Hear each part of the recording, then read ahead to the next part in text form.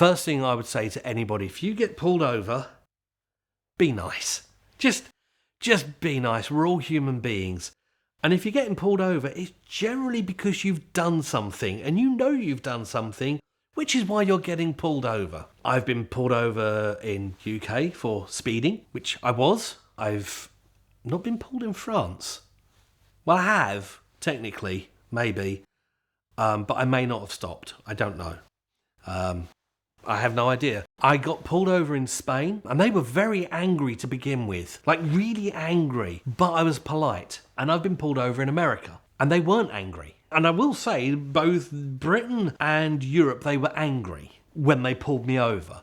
But here, they weren't angry. They were really, really nice. The first one was the Guardersville that pulled me over. They have a reputation for being harsh. And in this instance, as the peage barrier went up, he stepped out, pointed a gun at my head, and just told me to pull over. The international sign of pointing a gun at your head and frantically doing that, you generally pull over. He was more interested in taking everything away from me that he could to stop me going anywhere, and then herding me into a really hot, sweaty police station for 9 hours while they worked out what they were going to charge me with and how they were going to get money out of me. The second time I got pulled in Spain, the guy had pulled me over, and they had already kind of got this theme on the go where they knew that they could get cash out of us. So they pulled me over, and his English wasn't very good. My Spanish is atrocious, but we soon worked out that he wanted 300 euros in his hand in order to let us go. Or it was going to go very bad, and he was going to call his friends. Who would possibly also want 300 euros. In the economic sense of things, I handed over 300 euros and I was allowed to leave. Being pulled over in the UK, first thing I did is I saw the blue lights and I found somewhere safe and I stopped. And he got out and he was quite angry with me. Not only because I was speeding, but he didn't like the condition that my car looked to be in. So that one, again, I was very polite, I was very nice, but he hadn't actually got an ideal lock on the speed where we were. So he was kind of banding around how fast was I going. So we had a discussion. We worked out that I was doing 96 miles per hour, which I then had to pay the fine for. That fine was £100, 3 penalty points on my licence. No money is ever handed over to the police there. That's how that was dealt with. Then come over to America, and I was speeding. I was. I'm not going to deny it. And I thought I was being sneaky and clever. I'd got a radar detector on the go, and I'm approaching a police car, and I thought, no problem. I can slowly approach this guy, tuck him behind, wait for him to turn off, and then off I go. What I didn't know is you guys have radar that is 360 degrees. So I'd come up behind this police officer, and I was making progress. And he knew exactly how fast I was going and for how long. And I had no idea. So there's me thinking I'll be sneaky and pull it. Yeah, no, just don't do it. So off we've gone. We get to a safe area, he blue lights me, and I pull over. So he's got behind me, and I've pulled over. And I was terrified at this point, because, I've seen various things, social media, everything else. I'm like, am I getting dragged out of the car? Am I going to Hurtsville? What's going to happen to me? So I was worried. All I remembered is, I remember someone saying, look, just put the car keys on the dashboard in front of you, keep your hands where they can be seen. So I did, and I might have looked like a rodent, like about to be eaten. Just didn't know what to do. And I wound the windows down, and I'm just like, be calm, stay calm. And to be fair, we had stashed the radar detector in the glove box at this point. I've got Tom Sunderland in the back of the car. He'd seen the police car. He's like going, I'm really worried about this. Jenny, my partner, was worried about it, also laughing at me at the same time while being worried. It's like, yeah, the idiot's done it again. So there I was, and the police officer was really nice to me. He didn't even say, do you know how fast you were going? He straight away said, this speed is not acceptable when it is raining. I watched you come down here, I got your speed. And he said, "Now give me your license and show me." And I said, "You're right. Yeah, you're absolutely right. I'm bad. I'm sorry." He said, "Join me on the side of the road." So I joined him on the side of the road. I gave him my documents, my passport, my license, and he was so nice to me. So nice to me. And he was really cool, and he let me go. And he said, "If I catch you in this state again, we're having a different conversation."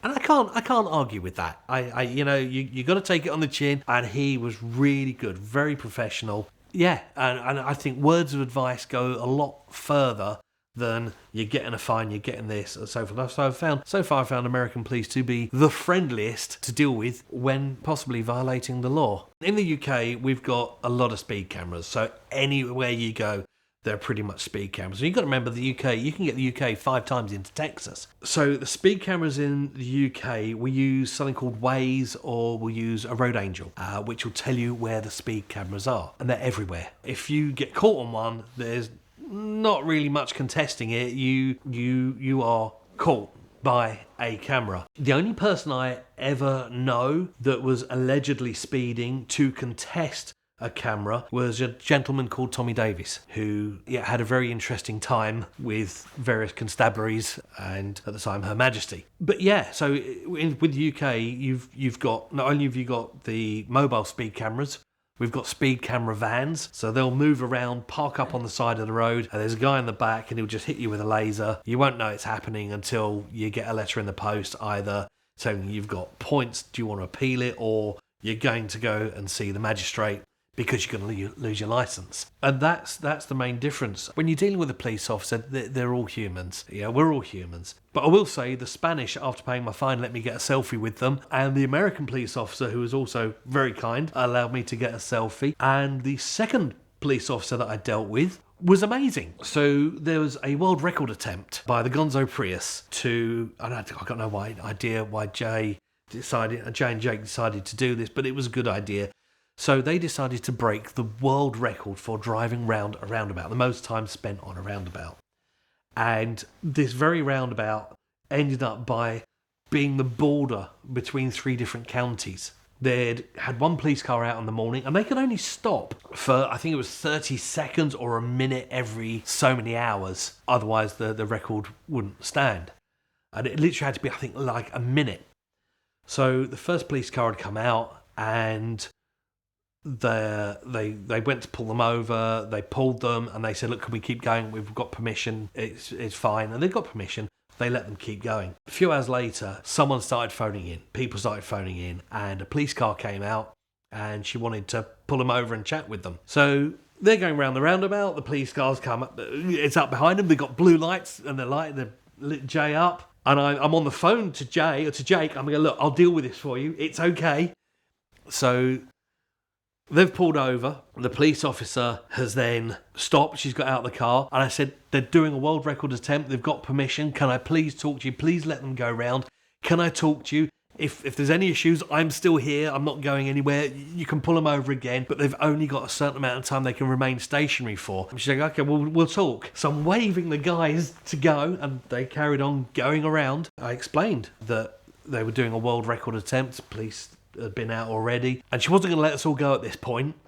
She got me, so I was kind of like, "Yep, I've got you, this is all I need." And she was kind of like looking me up and down, like, if you run, if you do something silly, you're going to Hurtsville. But she was very polite to me, very stern, but very polite. The guys carried on. She's then phoned it through, and sure enough, yes, the dispatch then phoned the other constabulary, or whatever department you have here. And yes, Jay had got permission, so they then carried on, and she let me get a selfie with her. So yeah, the dealing with the police here, I do find they are very friendly. So long as you're friendly to them, they'll be good to you. Most people will view the police with fear, be it UK or anywhere.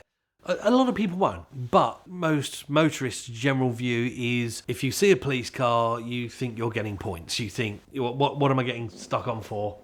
Now, a lot of people are very law-abiding, but even law-abiding citizens worry. And again, when we broke down up in North State, Washington, the police turned up. We were on the side of the road. I thought, "Oh my God, I'm going to be in trouble here." And the police officer was brilliant. He said, "Look, we're going to push you out the way." I thought, "Okay, this is really cool." And I thought, it's really hot. I mean, I'm not sure, it's quite a long distance he's got to push the car. So we're sitting in the car. He wasn't going to push me by hand. No, he got his police cruiser, put it into the back of the car I was in, and then he was pushing my broken down car at 40 miles an hour, and I found it absolutely hilarious. This was the best thing that had happened to me in ages. And he's just shunted us off the road. We've drifted to the side. He didn't even pull over. He's just carried on, gave me a couple of whoops, wave out the window, and off he went. So friendly, and no road closure, no nothing. Yeah, but that's not the average consensus, because that would never happen in Britain. Yeah, if you deal with the police, you're just waiting to get fined. This month of VINwiki content is brought to you by Premier Financial Services, and they are the perfect partner in your journey to own your dream car, because their Simple Lease is the most powerful tool in the world of exotic car financing. You'll get all the benefits of a leasing structure, like lower payments and better tax treatment, along with everything we love about a normal exotic car loan, where you can trade in and out at any time, always know where you stand thanks to their amortization table, and accumulate equity for whenever you're finished and ready for the next car. And Premier is great because they're wholly owned and backed by First Financial Bank, which means they have more buying power than any other exotic car bank or collector car bank in the United States, and their customer service is unmatched. Also, rates are lower than they have been in a very, very long time, so it's never been a better time to reach out to Premier, talk to their representatives, learn what you can pre-qualify for, and let them help you own the car of your dreams with Premier Financial Services.